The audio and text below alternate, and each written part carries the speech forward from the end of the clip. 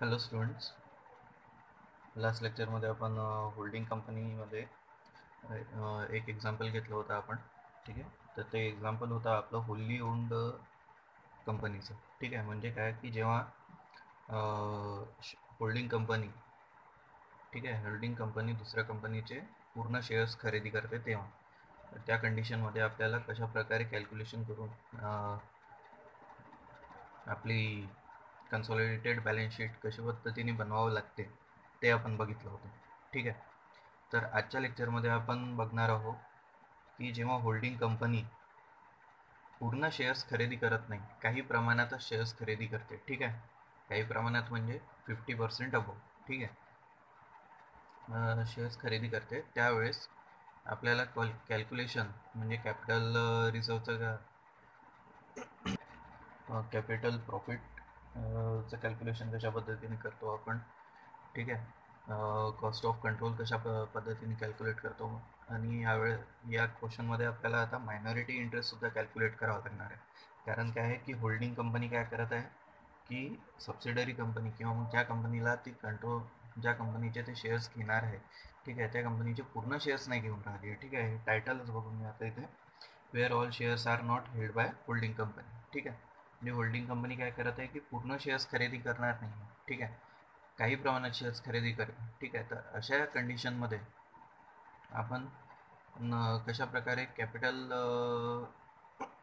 Profit, cost of control, minority interest, revenue profit असेल.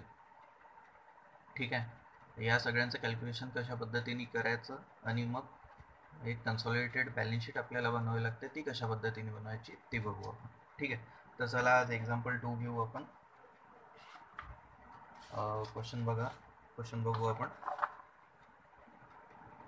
Question बघा. On March 2002, the balance sheet of H Limited and its subsidiary S Limited. ठीक आहे, H Limited कोणती आहे आपली holding company आणि S Limited आपली subsidiary company. ठीक आहे, आपल्या या पूर्ण चॅप्टरमध्ये जिथे जिथे पण H Limited येईल, ठीक आहे, ती म्हणजे आपली होल्डिंग कंपनी आणि S Limited म्हणजे सबसिडरी कंपनी. ठीक आहे, ही आपल्याला बॅलन्स शीट दिली आहे H Limited आणि S Limitedची.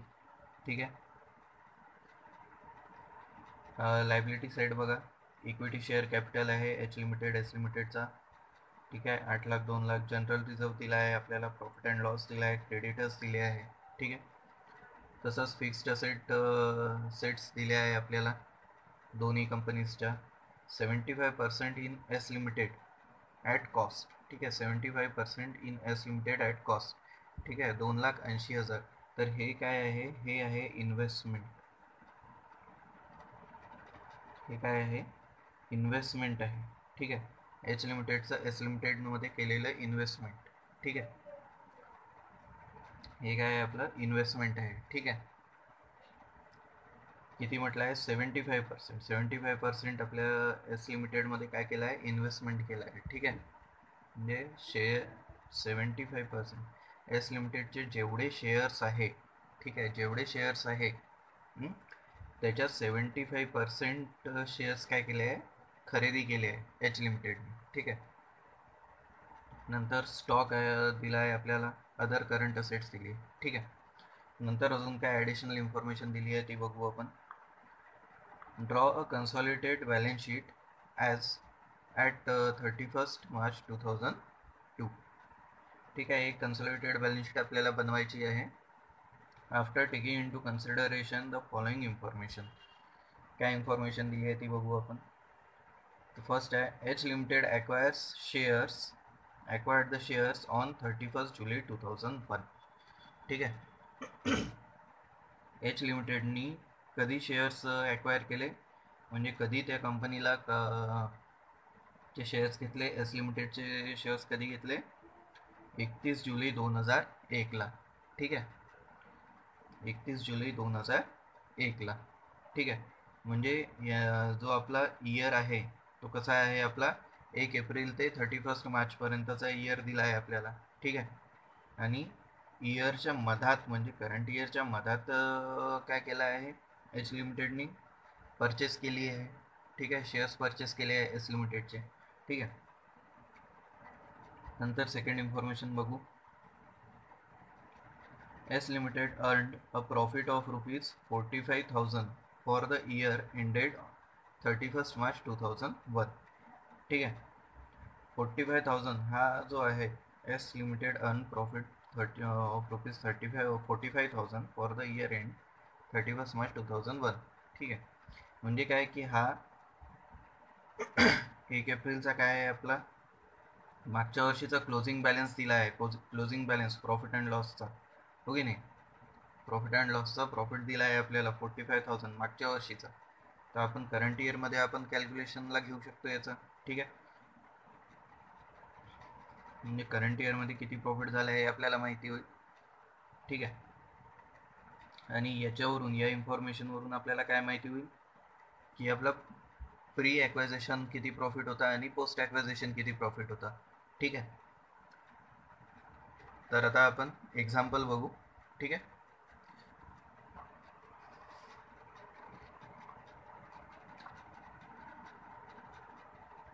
सोल्युशन.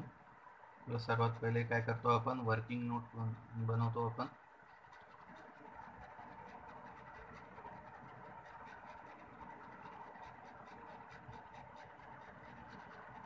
ठीक आहे. सर्वात पहिले आपण कशाचं कॅल्क्युलेशन करतो, तर interest of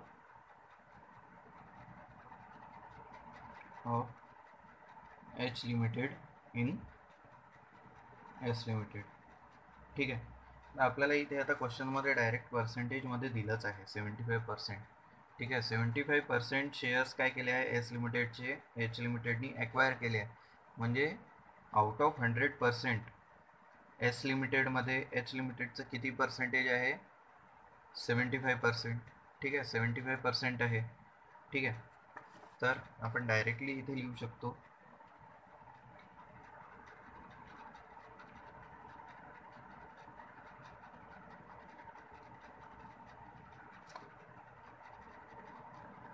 H Limited has 75%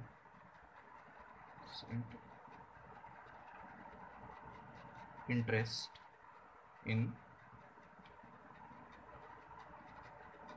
S Limited. ठीक आहे. In S Limited. आणि मग आता H लिमिटेडचा 75% आहे, तर S लिमिटेडचा किती राहील, 25%. ठीक आहे.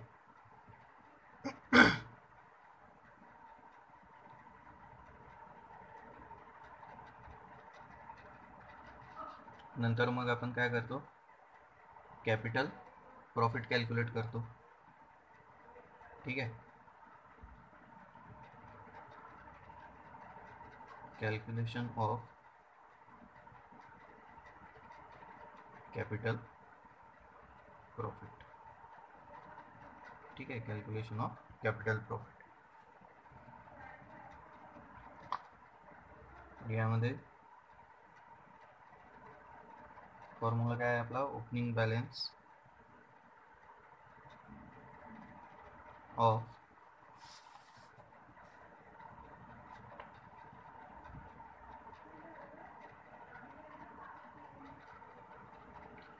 एनी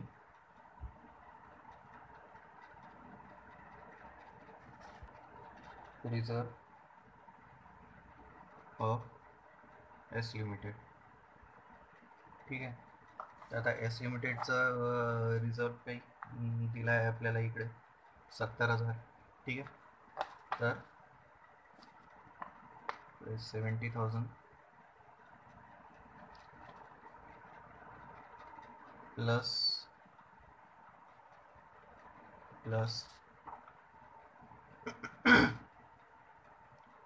ओपनिंग balance of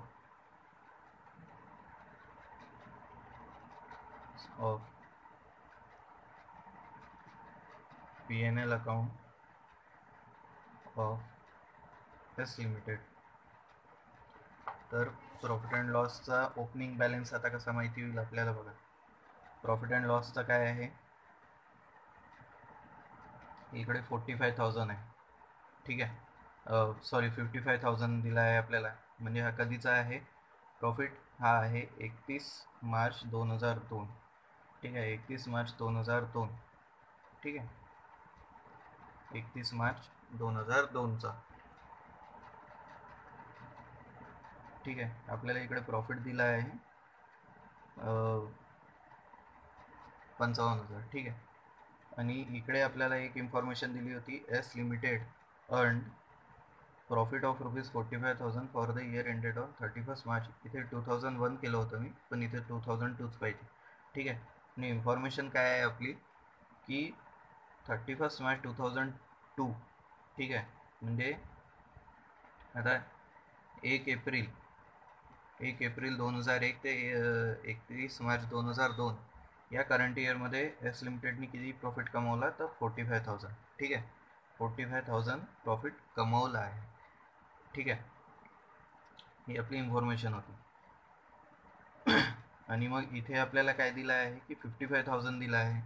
ठीक आहे, बॅलन्स शीटमध्ये किती आहे आपला प्रॉफिट, 55,000. ठीक आहे, वर्षभरात किती कमवला, 45,000. ठीक आहे, तर ओपनिंग बॅलन्स आपण याच्यावरून काढू शकतो. ठीक आहे, वर्षभरात आपण किती कमवला, 45, आणि आता एंडला किती आहे आपला, 55,000. म्हणजे ओपनिंग बॅलन्स आपला किती होता किंवा आपण कॅल्क्युलेट करू शकतो. ठीक आहे, तर ओपनिंग बॅलन्स कसा येईल आपला,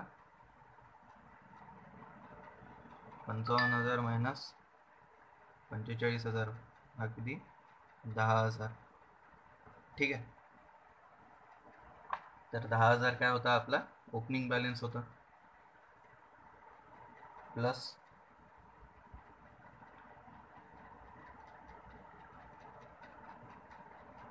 profit of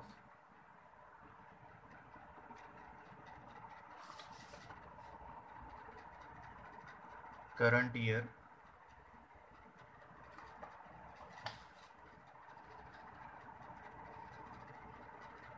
prior by holding. ठीक आहे, profit of current year prior by holding. तर होल्डिंगच्या आधी, ठीक आहे, होल्डिंगच्या आधी आपला प्रॉफिट किती होता हे आपल्याला आता कॅल्क्युलेट करायचं आहे. ठीक आहे, तर बघा होल्डिंगची डेट काय दिली आहे आपल्याला, 31 जुलै 2001. हो की नाही, 31 जुलै 2001 आपल्याला काय दिली आहे, होल्डिंगची डेट दिली आहे. ठीक आहे, या डेटच्या आधीपर्यंत म्हणजे काय, किती महिने, एप्रिल मे जून जुलै. ठीक आहे, या 4 महिन्याचा जो कालावधी आहे याच्यामध्ये किती प्रॉफिट होता. ठीक आहे, याच्यामध्ये किती प्रॉफिट होता ते कॅल्क्युलेट करायचं आहे आपल्याला. ठीक आहे, तर करंट इयर प्रॉफिट किती दिला आहे आपल्याला, करंट इयर प्रॉफिट किती दिली आहे आपल्याला, 45,000 दिला आहे. ठीक आहे, करंट इयर प्रॉफिट आपलं 45,000 डिवाइड बाय 12 मल्टीप्लाइड बाय 4. ठीक आहे, किती येईल, 15,000. ठीक आहे, 45,000 हा काय आहे, पूर्ण वर्षाचा प्रॉफिट होता. ठीक आहे, पूर्ण वर्षाचा प्रॉफिट 45,000 होता. आपल्याला किती महिन्याचा काढायचा होता, 4 महिन्याचा. तर 4 महिन्याचा किती आहे, 15,000. ठीक आहे, तर जर टोटल केली आपण किती, 70, 10, 80 आणि 15, 95. ठीक आहे, 95,000 काय झाला आपला, हा काय झाला कॅपिटल प्रॉफिट. ठीक आहे, हा काय झाला आपला total capital profit.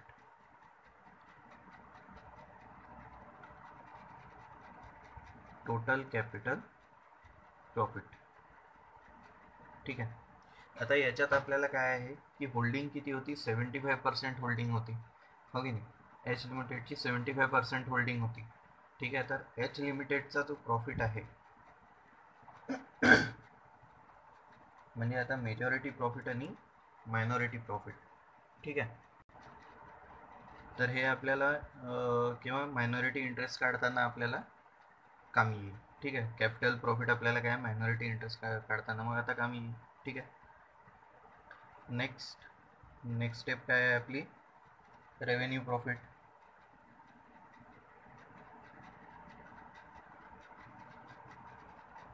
Calculation of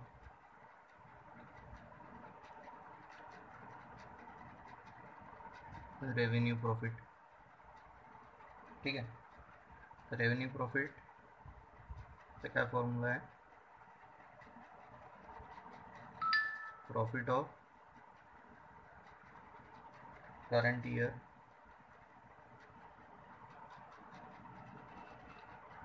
of S limited after holding.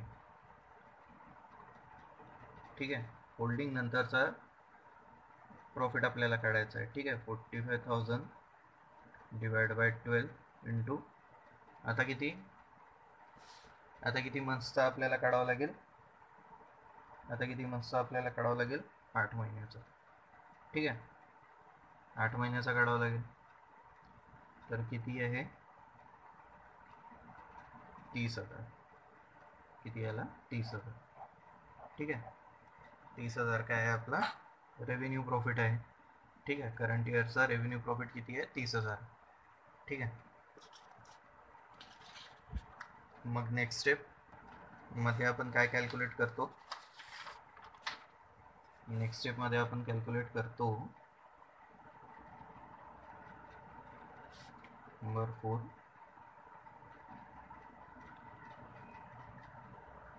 Calculation of, कशाचं कॅल्क्युलेशन करतो? Cost of control. ठीक आहे, कॉस्ट ऑफ कंट्रोल. ठीक आहे, कॉस्ट ऑफ कंट्रोलचं कॅल्क्युलेशन करतो आपण. तर याचा काय फॉर्म्युला आहे? Cost of investment by H limited. किती? कॉस्ट ऑफ इन्व्हेस्टमेंट किती होती? 2,80,000. ठीक आहे, 2,80,000 होती. 2,80,000. ठीक आहे, मायनस काय करतो आपण? पेड अप कॅपिटल मायनस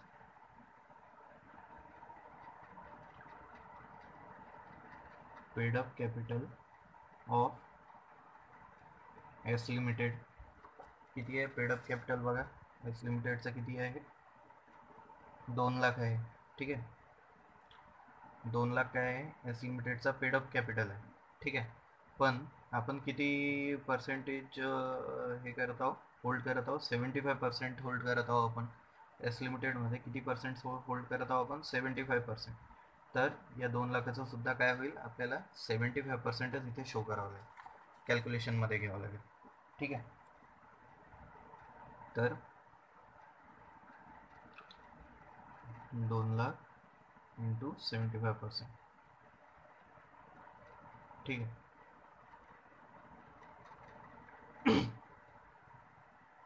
किती? 1,50,000. इथे हेल्ड बाय एच लिमिटेड असं टाका. ठीक आहे, नंतर अजून मायनस कॅपिटल प्रॉफिट. ठीक आहे, कॅपिटल प्रॉफिट ऑफ, ठीक आहे, कॅपिटल प्रॉफिट. तर आता कॅपिटल प्रॉफिटमध्ये पण आपल्याला काय करावं लागेल? आता प्रायर आणि पोस्ट होल्डिंगही काढावं लागेल. ठीक आहे, प्रायर होल्डिंग आणि पोस्ट होल्डिंग. तर कॅपिटल प्रॉफिटमध्ये आपला कॅपिटल प्रॉफिट किती होता? 95,000 होता. ठीक आहे, 95,000ला आपल्याला काय करावं लागेल? आता डिवाइड करावं लागेल. ठीक आहे, 95,000ला सुद्धा डिवाइड करावं लागेल आपल्याला. तर 95,000 इंटू 75%. ठीक आहे, तर किती? 71,250. ठीक आहे, 71,250. 50.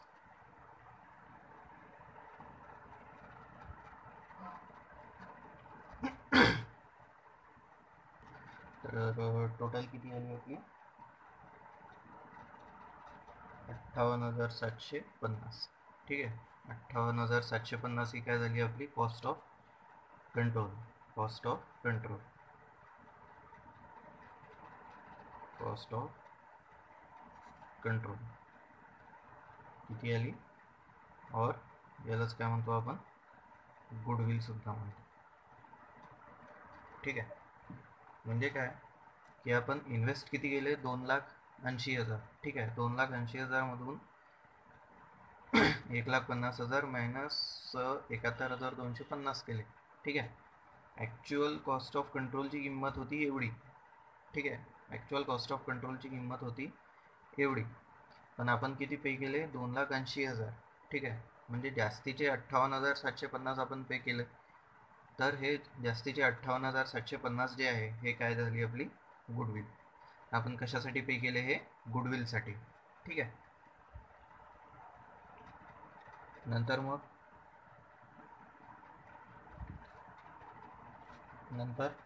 Minority interest.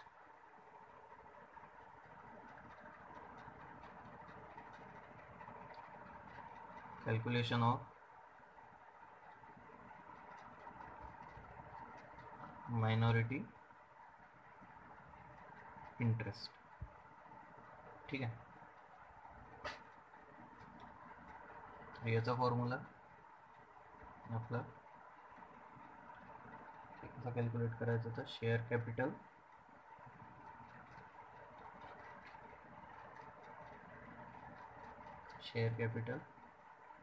किती. आता आपण मायनॉरिटी इंटरेस्ट काढत आहोत. ठीक आहे, मायनॉरिटी इंटरेस्ट म्हणजे काय, मायनॉरिटी शेअर होल्डर्स म्हणजे कोणते की जो उरलेला शेअर आहे, उरलेले शेअर होल्डर्स आहे. ठीक आहे, 75% एच लिमिटेडनी होल्ड केले. किती 2 लाख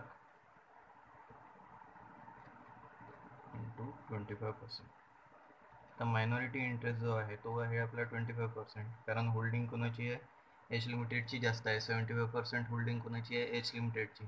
तर उरलेला जो होल्डिंग आहे, उरलेले जे म्हणजे शेअर्स आहे, पर्सेंटेज ऑफ शेअर्स आहे ती किती आहे 25%. तर ती काय झाली 25% जे आहे शेअर्स ते कोणाचे झाले ते मायनॉरिटी शेअर होल्डर्सचे. ठीक आहे, तर आता त्यांचा इंटरेस्ट कॅल्क्युलेट करायचा आहे आपल्याला. तर शेअर कॅपिटल 2,25% किती 50,000 प्लस कॅपिटल प्रॉफिट. ठीक आहे, तर कॅपिटल प्रॉफिटमध्ये यांचा किती शेअर आहे. ठीक आहे, मायनॉरिटी इंटरेस्ट मायनॉरिटी शेअर होल्डर्सचा कॅपिटल प्रॉफिटमध्ये किती शेअर आहे हे आपल्याला माहिती काढावं लागेल. ठीक आहे, तर कॅपिटल प्रॉफिट किती होतं 95,000 इंटू 25% किती झालं 23,750. ठीक आहे, प्लस रेव्हेन्यू प्रॉफिट. ठीक आहे, तर आता रेव्हेन्यू प्रॉफिटमध्ये सुद्धा काय मायनॉरिटी शेअर होल्डर्सला काहीतरी शेअर द्यावं लागेल. ठीक आहे, कारण काय की पूर्ण जो 100% होल्डिंग आहे का नाही, 100% पैकी 75% होल्डिंग कोणाची आहे एच लिमिटेड.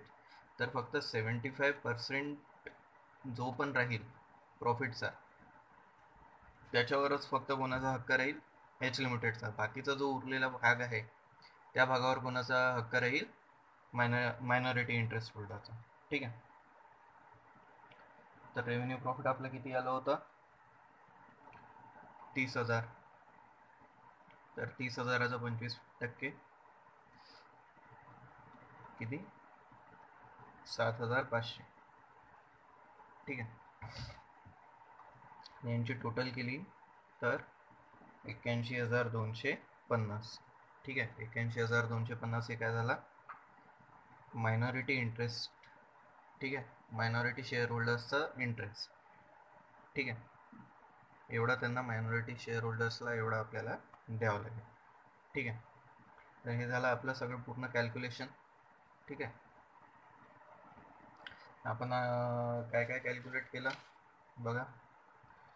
कॅपिटल प्रॉफिट काढलं, रेव्हेन्यू प्रॉफिटचं कॅल्क्युलेशन झालं आपलं. त्याच्यावरून मग आपल्याला कॉस्ट ऑफ कंट्रोलचं कॅल्क्युलेशन केलं आपण. गुडविल मिळाली आपल्याला. ठीक आहे. आणि मायनॉरिटी इंटरेस्टचं कॅल्क्युलेशन केलं. ठीक आहे. तर अजून काही आता कॅल्क्युलेट करायचं नाही आहे, तर आपण काय करू, कन्सॉलिडेटेड बॅलन्स शीट बनवू. ठीक आहे. तर आता आपण कन्सॉलिडेटेड बॅलन्स शीट बनवू. ठीक आहे. हा आहे आपला format, consolidated balance sheet of H limited and it's subsidiary S limited as on 31 March 2002. ठीक आहे. आपल्याला क्वेश्चनमध्ये म्हटलं आहे की कधी ठीक कन्सॉलिडेटेड बॅलन्स शीट बनवायची आहे आपल्याला, तर 31 मार्च 2002ची कन्सॉलिडेटेड बॅलन्स शीट बनवायची. ठीक आहे. तर आता आपण कन्सॉलिडेटेड बॅलन्स शीट बनवू. ॲसेट साईड घेऊ पहिले आपण. काय फिक्स्ड असेट दिलेली आहे आपल्याला. सर्वात पहिले काय करायचं, आपण जे कॅल्क्युलेशनमध्ये आपल्याला गुडविल मिळाली आहे, कॉस्ट ऑफ कंट्रोल मिळालं आहे, गुडविल मिळाली आहे. ठीक आहे. तर पहिले गुडविलची एंट्री करून घ्यायची. ठीक आहे. कारण काय आहे की आपण सॉल्व करता करता ती गुडविलची एंट्री मग ती राहून जाते आणि मग बॅलन्स शीट आपली टॅली होत नाही. ठीक आहे. तर सर्वात पहिले ती एंट्री करून घ्यायची. गुडविल आपला किती निघाला होता, गुडविल निघाली होती आपली 58,750. ठीक आहे. 58,750. ठीक आहे. आणि आता आपल्याजवळ काय फिक्स्ड असेट दिलेली आहे.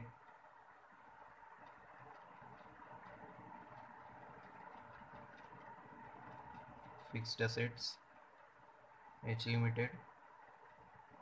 लिमिटेडची किती आहे, 5,50,000. एस लिमिटेडची किती आहे, 1,00,000.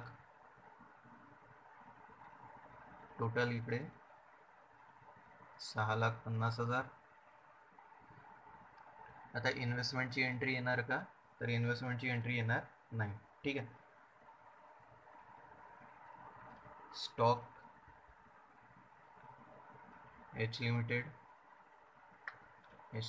किती आहे, 1,05,000. S limited 1,77,000. ठीक आहे. 2,82,000. ठीक आहे. आणि अदर करंट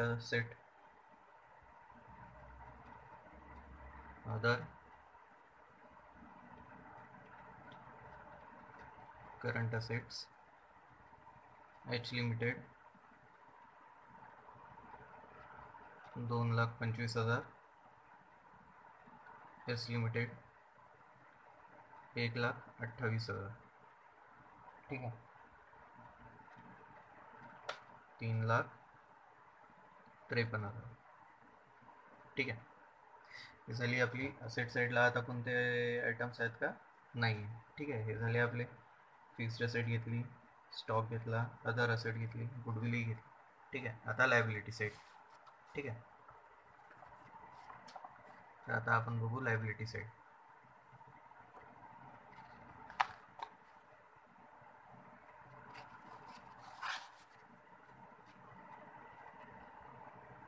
लायबिलिटी साईडला equity share capital.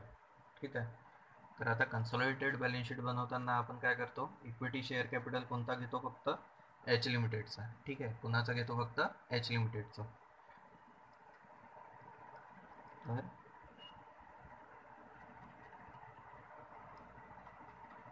Equity share capital फक्त एच लिमिटेडचा. ठीक आहे. जनरल रिझर्व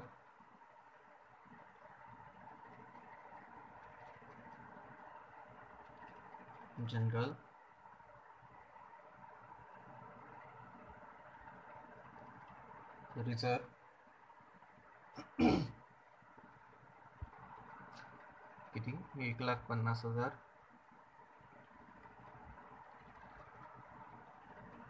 ठीक आहे. इकडे minority interest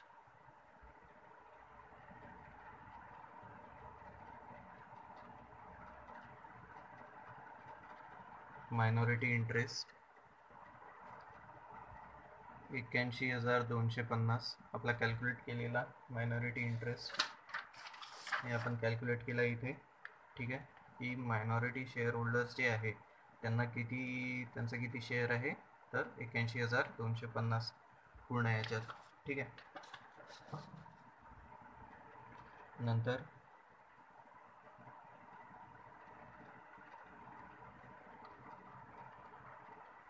profit and loss account. तर आता प्रॉफिट अँड लॉस अकाउंटमध्ये काय, हे 90,000. ठीक आहे, हे 90,000 प्लस रेव्हेन्यू प्रॉफिट. ठीक आहे, हे 90,000. ठीक आहे, 90,000 प्लस रेव्हेन्यू प्रॉफिटमध्ये काय, की आपण रेव्हेन्यू प्रॉफिट जेव्हा कॅल्क्युलेट केलं, ठीक आहे, रेव्हेन्यू प्रॉफिट जेव्हा कॅल्क्युलेट केला आपण, ठीक आहे, तर रेव्हेन्यू प्रॉफिट किती होता आपलं, 30,000. तर त्याच्यामध्ये आपण काय केलं, 75% याचा शेअर आहे एच लिमिटेडचा. ठीक आहे, आणि बाकीचा उरलेला 25% कोणाचा आहे, मायनॉरिटी इंटरेस्ट शेअर होल्डर्सचा. ठीक आहे, तर तो 75% किती येतं, तर तो येतो 22,500. ठीक आहे, तर टोटल आपलं किती आहे प्रॉफिट, 1,12,500. ठीक आहे, इथे वाटल्यास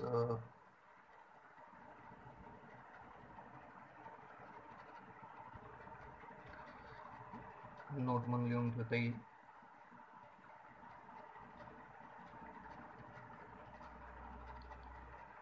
रेव्हेन्यू प्रॉफिट. ठीक आहे, revenue profit sorry capital profit. Revenue profit 30,000 into 25%, 75%. ठीक आहे, 30,000चं 75%. ठीक आहे, नंतर क्रेडिटर्स. ठीक आहे, नंतर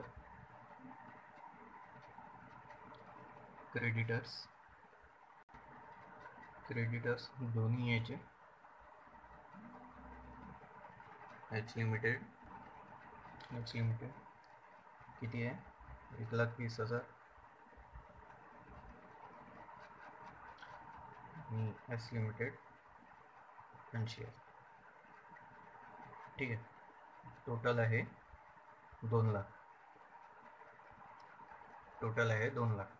ठीक आहे, तर अदर आयटम्स आता कोणतेच नाही आहे आपल्या याच्यात, हो की नाही. तर आपली ही काय झाली, आता कन्सोलिडेटेड बॅलन्स शीट रेडी झाली आहे. आता आपल्याला असेट साईड आणि लायबिलिटी साईड काय करायची आहे, टॅली करून बघायची. ठीक आहे, तर आपण आता टॅली करून बघू. 58,750 प्लस 6,50,000 प्लस 282 प्लस 3,53,000 किती, 13,34,750. ठीक आहे, असेट साईडची टोटल. आता लायबिलिटी साईडची टोटल करून बघू आपण. 8,01,50,000 प्लस